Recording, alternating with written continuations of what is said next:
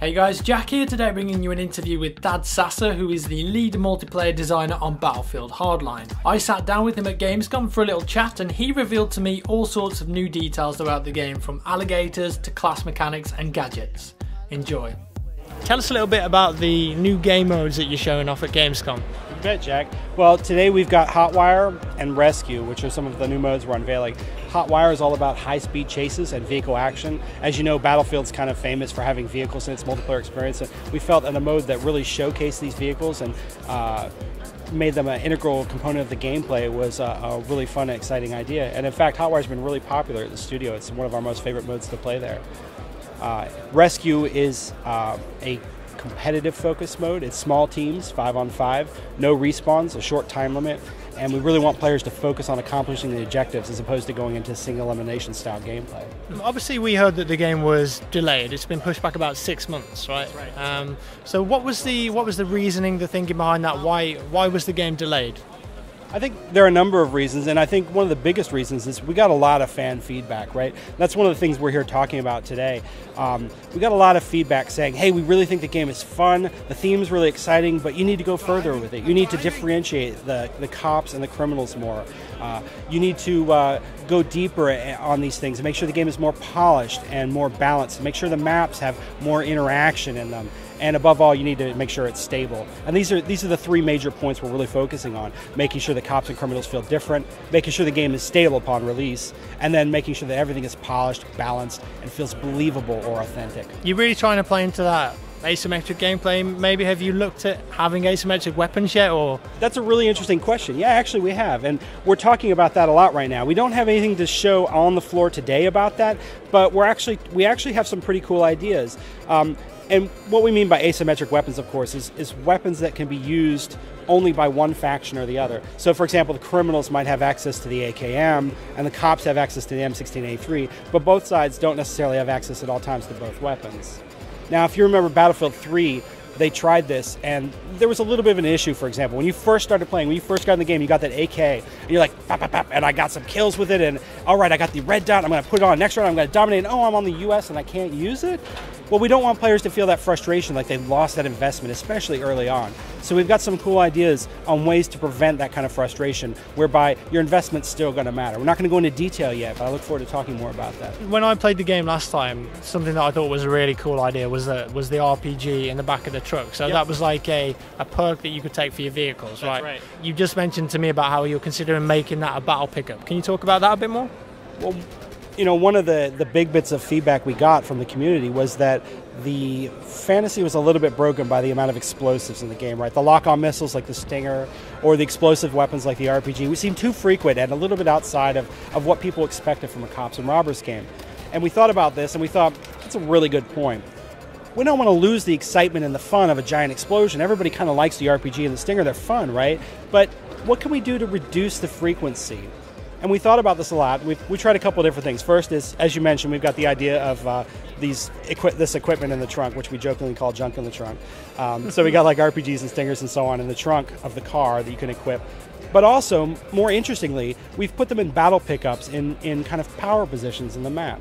So for example, one of the maps we're showing here today, Glades, we put an RPG in the bottom of one of the buildings. And what's cool about this is that players have found this to be like a mini objective that pulls them in, and holding this RPG actually plays an important part in this mode because it's at a critical junction of two roads, two highly trafficked roads, and in Hotwire it's all about driving, right? So holding this building and owning that RPG makes a huge tactical advantage for your team. It only takes one or two guys to kind of lock this thing down, but any cars that come by are in a significant degree of threat from that RPG. So it's really interesting to see how the gameplay's evolved and players are understanding this RPG is important, and people will fight over this building in addition to driving all the cars and so on. So there's even more for the players to do it, and kind of more ways to explore the mode and find fun in it. How much ammo does that RPG have, the battle pickup? Well, we're still playing around with the numbers. I think right now the small's got 2 shots and the RPG's got 3 or something like that. We may reduce those or something like that. One of the ideas we've got around these battle pickups is by reducing the frequency, we can make these things more exciting and more impressive. So for example, when you fire the RPG, people are like, that's an RPG. Wow, that was a big explosion. That was awesome. And they don't feel like it's every 10 seconds or every 30 seconds. That's a little bit less frequent. So we're still tuning those numbers. One of the, I don't know if it was a main point of feedback from the beta was damage to vehicles seemed a bit too heavy. Yep. So it was, you could take out a police cruiser, for example, with less than a magazine of an AK, for example. Yep. So have you tweaked the damage on the vehicles a little, like small arms fire to vehicles, helicopters, that sort of thing? Absolutely. That's a great question, Jack. And it's something, actually, if you guys ever check out the Battlefield blog, we are posting updates on the changes we're taking, specifically from feedback from the beta, and as we move forward from the game changers and so on. So we do have lists of these kinds of things available if you guys are really super interested in that kind of detail. But to your point, yeah, actually, we felt the same thing. Like, cars blowing up with one magazine. When you've got 4 people in a car and it takes one magazine to get 4 kills, it doesn't feel quite right. It doesn't feel quite balanced. And it's certainly not fun for the 4 people who just blew up in half a second or whatever. So yeah, we've tweaked the car health heavily. Now, we've gone back and forth on it. We've pushed the needle around, and where it is right now, we feel pretty good about. We pushed it a little bit too far in reaction initially, and the vehicles took a lot of health to take down. But now we've tuned it again, and we feel pretty good about where it is right now, the spot it's in right now. So I encourage you to play what we've got here, and then give us any feedback. One of the coolest new guns that I saw was the fold-out gun. Is that in the Gamescom build? It's not in the Gamescom build. You're talking about the FMG9. Can we talk about that? Yeah, we can talk about Okay, so apart from that, like, what's the coolest new weapon or gadget you've got in the game that you'd like to share with people? Well, you guys might have noticed from some of the screenshots and some of the trailers we've got out now, we've got guns like the MP5K. I mean, that's a very cop fantasy weapon, right? You can picture cops rolling around with MP5s and so on. We've got some cool stuff like the SOCOM 16 as a DMR. We've got the K10, which has a ridiculous rate of fire, something like 1,200 RPM, like 2.5 seconds to dump a magazine. That gun's a lot of fun. And of course, we've got a lot of the other stuff you've seen before. We've got some cool shotguns. We've got some cool ARs. We've switched the default assault rifle on the operator based on your guys' feedback. It's now the Commando M4, the one we're calling the RO933, and that's an awesome little gun. Really a lot of fun. So we've got a lot of different guns on the show floor for you here to play with. So rescue mode, have you changed the map at all from when we played it? Right now, no, it's still the same map. I mean, obviously we continually make tweaks, and we add pieces and remove pieces based on feedback and so on. So it might have changed a little bit since you played it, but it's still essentially the same map. And if you haven't played Grow House, the idea is this is an underground marijuana growing facility which has the front of a laundry company on top of it, right? SWAT has found out about this, and they're going to raid the operation, and in response, the criminals have taken hostages.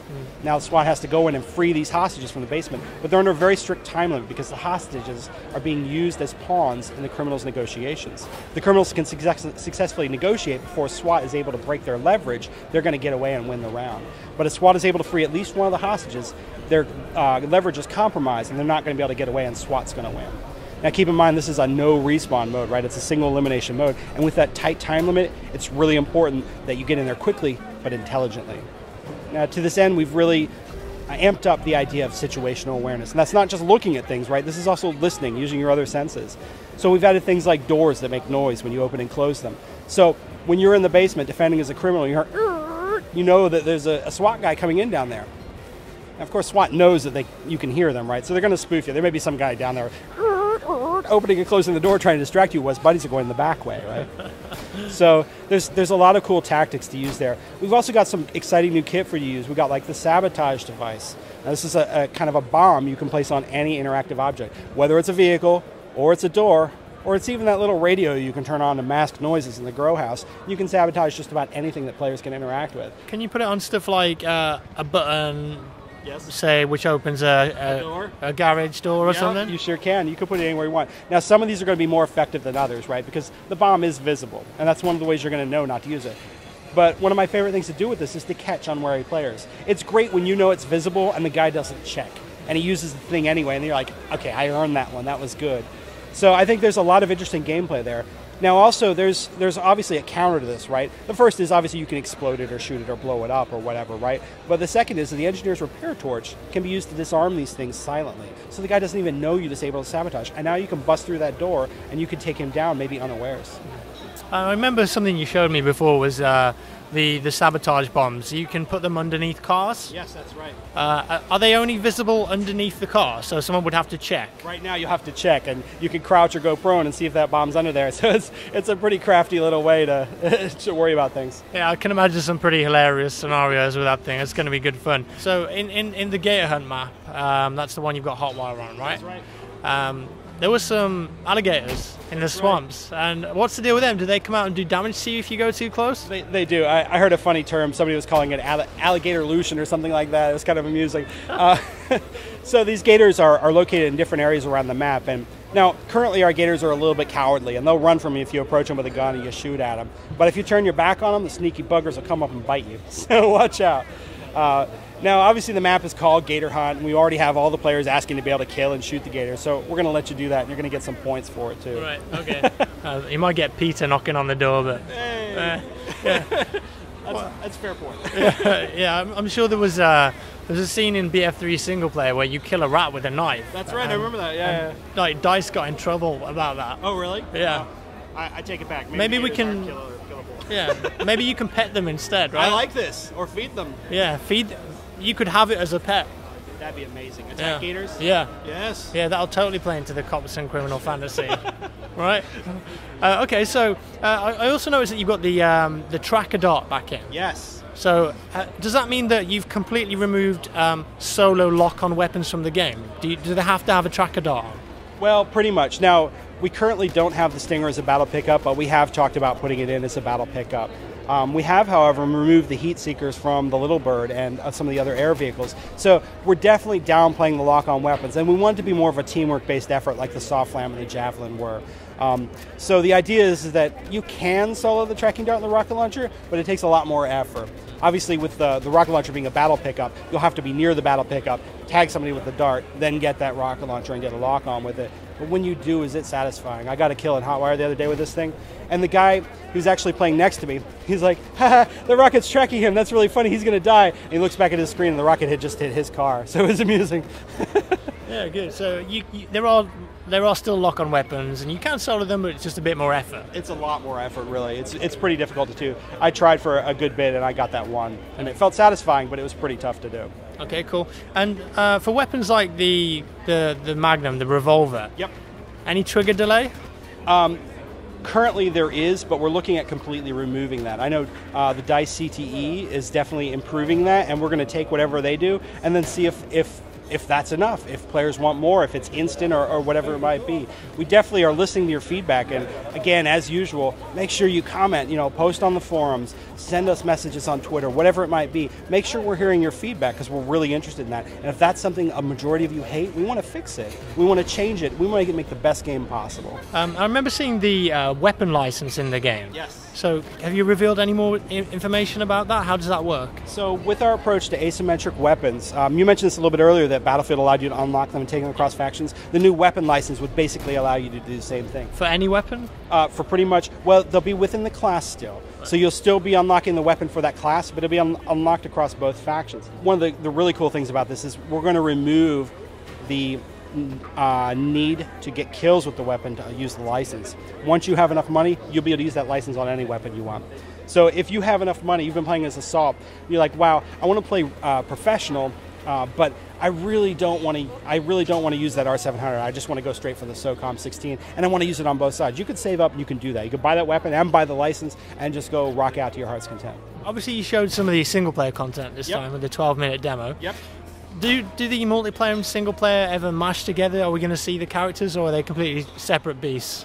In terms of the story and the narrative, they're pretty much separate beasts. In terms of the gameplay, of course, you're going to see a lot of crossover. I mean, all of the same weapons, most of the same gadgets, many of the same mechanics. They're not quite the same, but they're pretty close in a lot of ways. Did we get that camera?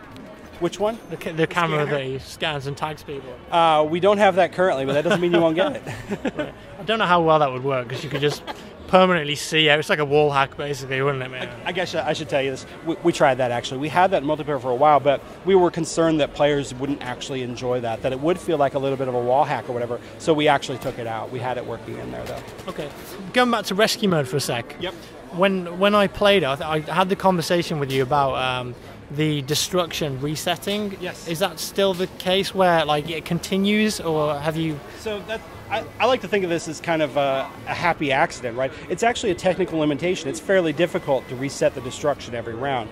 And we don't want to break the pace in the mode by reloading every round. So right now you'll play 3 rounds as a criminal, for example, and then 3 rounds as a cop. And we'll reload at the halftime point. So you'll suffer 1 reload throughout the course of your whole experience for that match.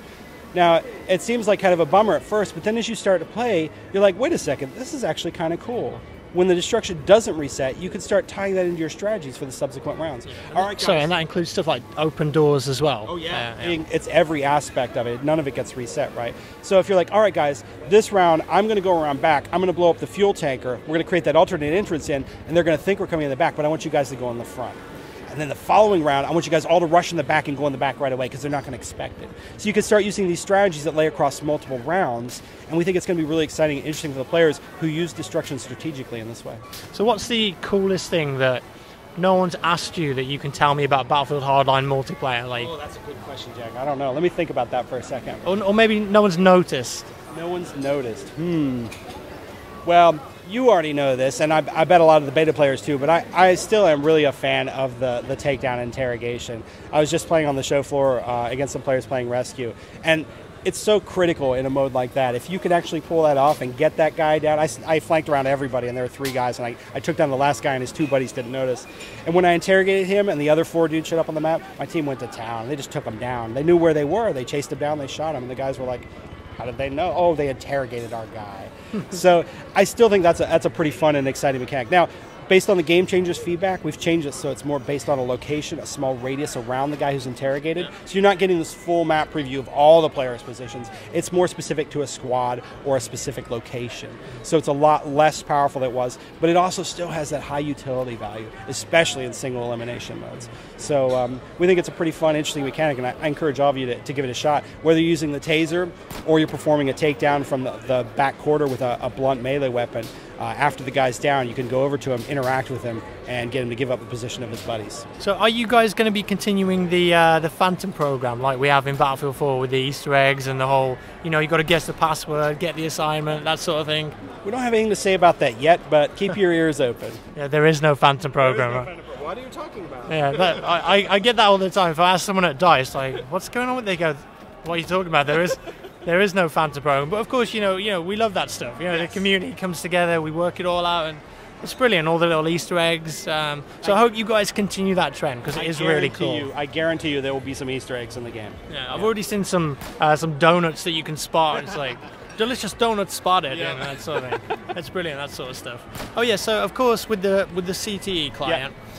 Any plans to do something similar with Hardline, or are you guys just... We'd love to. We're still looking into that. We're still working it out, but we'd love to. It feels like the CTE is really interesting and a good way to react to the community. It seems we're working very closely with the CTE. We're trading change lists and contributing code, and they're contributing code to us. We're making sure we're getting all of the improvements that they've worked so hard to understand and to learn from the community. And we want to make sure that Hardline is as polished as possible at launch. It was one of those 3 points I mentioned.